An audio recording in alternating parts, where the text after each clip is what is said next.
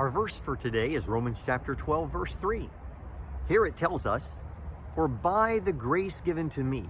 So the Apostle Paul is not saying, this is what I think, this is my opinion, this is how you should live.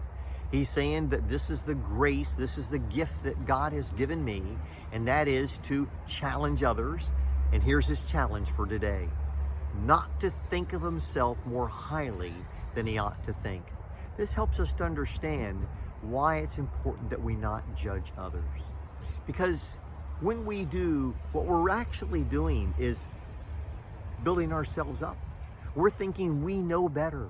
We're thinking that we would do the things that others do.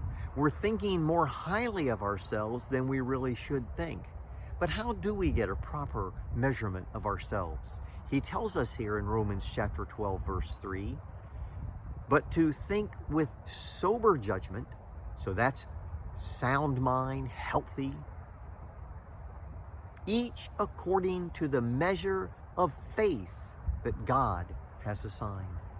As we see ourselves based upon what God has revealed, God has given us the faith, that set of values and beliefs. And we're not to measure ourselves by comparing ourselves with others. We're not to measure ourselves by looking at other people's weaknesses, but only our strengths. But we should realize that we, like everybody, are vulnerable. We are all sinners saved by grace.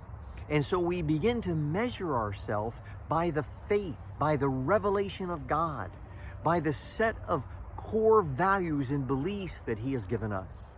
So then when I do that, I have a realistic view of myself.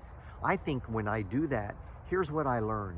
I'm not better than anyone else, but I am a child of God. I'm not better than anybody else, but I am different and unique. And so I need to always measure myself, not by how I see myself compared to others, but how I measure up to what God has revealed to us in His Word.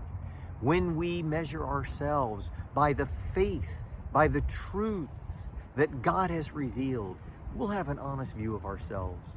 We won't be putting ourselves down and thinking ourselves worthless, nor will we be judging others. God has created you special. God has created you in a unique way. And so you live out your life according to God's will for you.